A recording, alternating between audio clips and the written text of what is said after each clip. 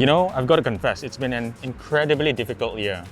But for me, Christmas came early because we're going to be driving this car.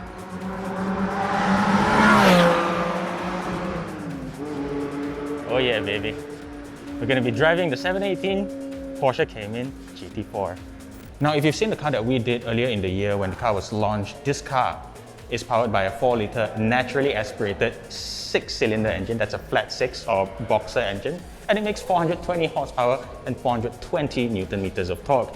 And as the name GT4 implies, it has a lot of this aerodynamics. So this 718 GT4 versus the older 981 GT4, this guy has like 50% more downforce at the rear. So when you're comparing this 718 Cayman GT4 to the 981 Cayman GT4, you would notice that key differences include, well, better power, better handling, better everything. In fact, it has some components taken from the 911 GT3, and this GT4 is actually your gateway into the whole Porsche GT series of cars. Now, before we go for a drive, I just want to quickly run through the interior for you, and what makes this car such a great driver's car is the fact that you've got this very focused cabin. Look at that, you don't have a proper door handle. This is like, well, this is a proper door handle, but it's a cloth thing.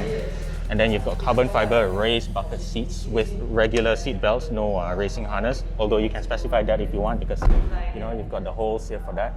And then you've got this 6-speed gear shifter.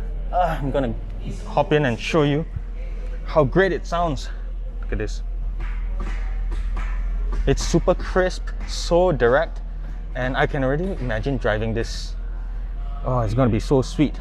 Now, if you want to buy a Porsche Cayman GT4, the good news is Porsche has rolled out a PDK transmission globally. So with 420 horsepower and 420 Newton meters of torque, the car with the manual transmission does the 0 to 100 in 4.4 seconds, but if you opt for the PDK, that is half a second quicker, guys. So you're looking at a 0 to 100 sprint time of 3.9 seconds. It took me a while. But come on, this GT4 is best experience with a manual gearbox. But if you're a frequent track day guy, I mean, the PDK would make a bit more sense. But this GT4, fortunately for Malaysians, only ships as a manual gearbox for now. Okay, I'm going to show you how the car sounds right now, just in its idling state.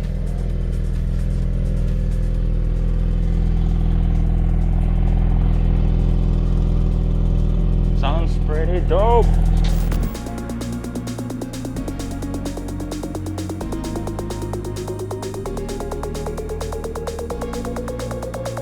Okay, ready?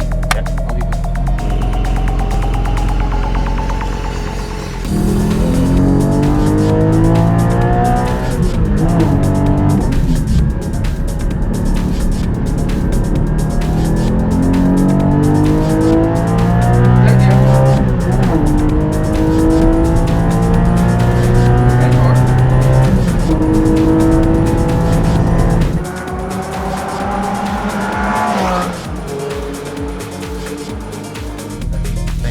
Thanks for all your tips and pointers.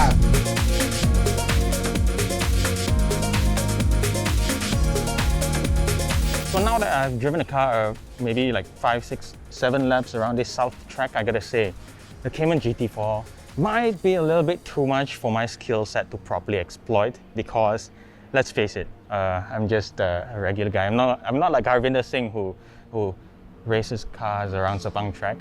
Number one, I'm not very familiar with Sepang track, but in my initial experience, this manual 420 mid-engine rear-wheel drive sports car felt the bomb.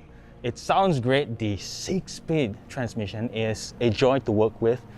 I think the shift action is slightly shorter and a little bit more crisp compared to the 6-speed manual gearbox that I drove in the Boxster GTS, the one with the 2.5-litre turbo that I drove a couple of years back. I thought that was the sweet spot, and I think that it is still the sweet spot for budding Porsche fans.